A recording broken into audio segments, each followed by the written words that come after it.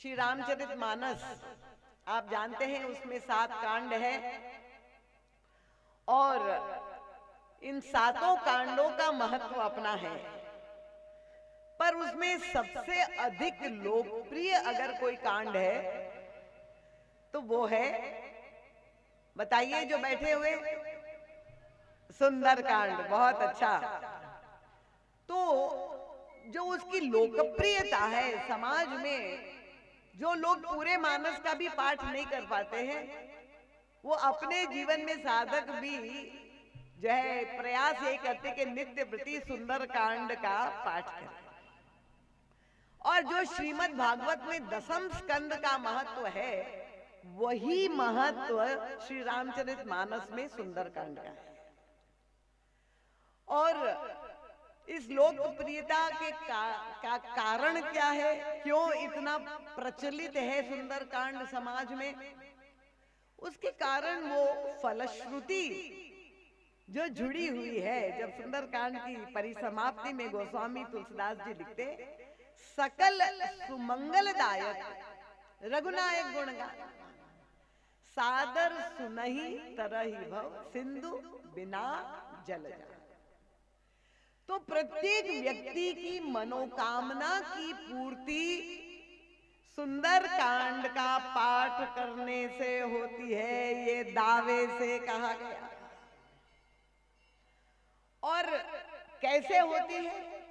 क्योंकि समाज में इतने प्रकार के लोग और इतनी प्रकार की कामनाएं हैं, और उसका कारण निरूपण करते हुए पूज्य गुरुदेव कहते हैं कि सुंदर कांड की कथानक से तो आप लोग सब परिचित है, बताने की आवश्यकता नहीं, क्योंकि कथा आज संक्षेप में केवल भूमिका आपके सामने रखूंगी। कुछ 2 महत्वपूर्ण सूत्र रख करके अपनी वाणी को विराम। देवियों को अगर घर जाने की, भोजन करने की जल्दी है तो भोजन तो वर्ष भर करते हैं, आज कृपया थोड़ी देर के लिए कथा श्रवण कर लीजिए, कल जल्दी शुरू करेंगे। महर्षि हमारा ध्यान आकर्षित करते हैं, कृपया एकाग्रता से श्रवण करेंगे तो आपको अद्भुत रस मिलेगा। इस सुंदर कांड के केंद्र में जो 2 प्रमुख देवता है, एक है आदि शक्ति जगदम्बा जगत जननी परम वात्सल्यमयी कृपामयी श्री जानकी जी, और दूसरा केंद्र में जो है वही ये दासानुदास ज्ञानिनाम अग्रगण्यम भक्ताग्रगण्यम अतुलित बलधामम श्री हनुमान जी महाराज। और श्री हनुमान जी महाराज का जो व्यक्तित्व है, उनके गुणों को शब्दों में समेट पाना असंभव है। ऐसा विलक्षण व्यक्तित्व, और पूरे सुंदर कांड में आप देखेंगे। देखिए, अभी काल समय की सीमा थी, इसलिए हम हनुमान चालीसा का पाठ पहले नहीं कर पाए। नित्य प्रति यही हम लोगों का नियम रहता है कि श्री हनुमान चालीसा का पाठ करके श्री हनुमान जी महाराज का आह्वान करके कथा प्रारंभ करते हैं। क्योंकि आज विलंब हो गया था, तो कथा के पश्चात हम लोग सामूहिक रूप से हनुमान चालीसा का पाठ करेंगे। उसमें आप पाठ करते हैं कि अष्ट सिद्धि नवनिधि के दाता। 8 सिद्धियों का प्रयोग सुंदर कांड में हनुमान जी करते हुए दिखाई देते। अणिमा, महिमा, गरिमा, प्राप्ति, प्राकाम्य, ईशित्व, वशित्व, 8 सिद्धि। और भक्ति की बात करें तो पूरी 9धा भक्ति श्रीमद् भागवत में जो भक्ति के स्वरूप प्रकार जो वर्णित किए गए हैं, जो है श्रवणम, कीर्तनम, विष्णु स्मरणम, पाद सेवनम, अर्चनम, वंदनम, दास्यम, सख्यम, आत्मनिवेदन। 9 प्रकार की भक्ति का भी दर्शन होता है। ऐसी विलक्षण लीला भगवान श्री हनुमान जी महाराज की पूरी सुंदर कांड में विभिन्न लीलाएं हैं। और हनुमान जी महाराज स्वयं देखिए, वे तो घनीभूत वैराग्य के प्रतीक है, बाल ब्रह्मचारी है, परम विरागी है, परम ज्ञानी है। और शास्त्र गीता में भी यही कहा गया है कि सकाम होना चाहिए कि निष्काम होना चाहिए। भगवान श्री कृष्ण उपदेश करते हुए गीता में यही कहते हैं कि भाई निष्कामता ही श्रेयस्कर है। पर क्या सबके लिए ये हो पाना संभव है? अब हमारे गुरुदेव तो सबसे बात कर लेते थे। हनुमान जी महाराज से पूछा कि बताइए, भगवान कृष्ण तो कहते हैं निष्कामता श्रेयस्कर है, तो क्या होना चाहिए? सांसारिक व्यक्ति को निष्काम होना चाहिए कि सकाम होना चाहिए? हनुमान जी से पूछा।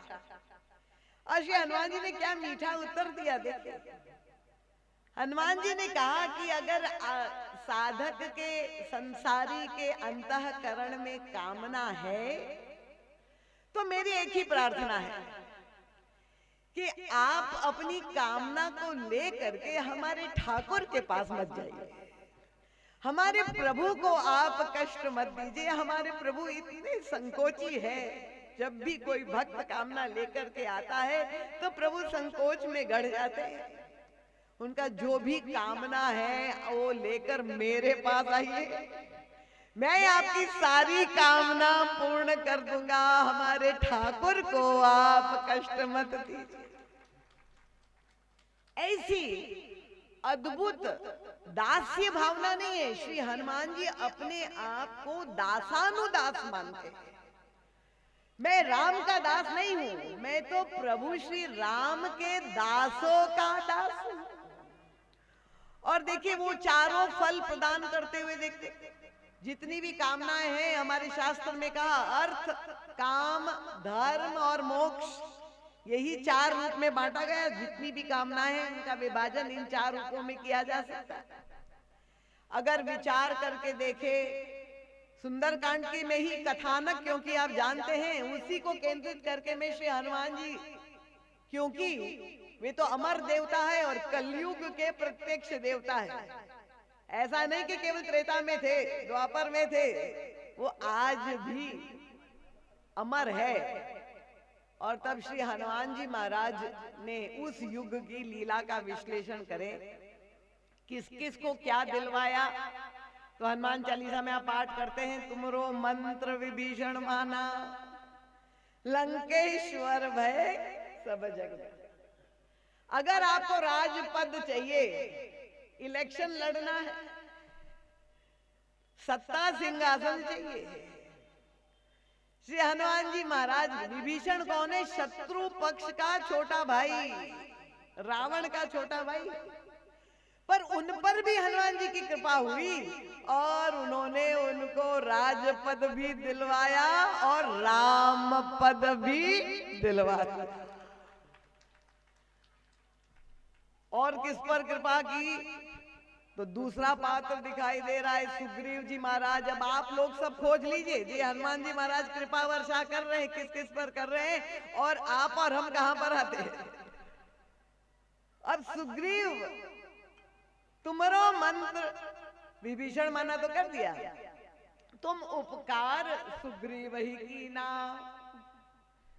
सुग्रीव की क्या स्थिति, उनमें कौन सा वैशिष्ट्य था? वो तो शत्रु पक्ष का भाई था, पर सुग्रीव जो महान डरपोक भगोड़ा विषय परायण व्यक्ति था, जिसकी पत्नी का भी हरण हो गया था, राज्य सत्ता का भी हरण, भागा भागा फिर रहा था। पर ऐसे कमजोर व्यक्तित्व के धनी सुग्रीव पर भी हनुमान जी महाराज की कृपा हो गई। उन पर भी हनुमान जी ने उपकार किया और क्या किया? पत्नी से फिर से मिला दिया, राजपद जो छिन गया था वो दिलवा दिया, प्रभु से मैत्री दिलवा दी श्री हनुमान जी ने। तो चाहे वो अर्थ हो, चाहे काम हो, चाहे धर्म हो, चाहे मोक्ष हो, अंत काल रघुबरपुर जाई।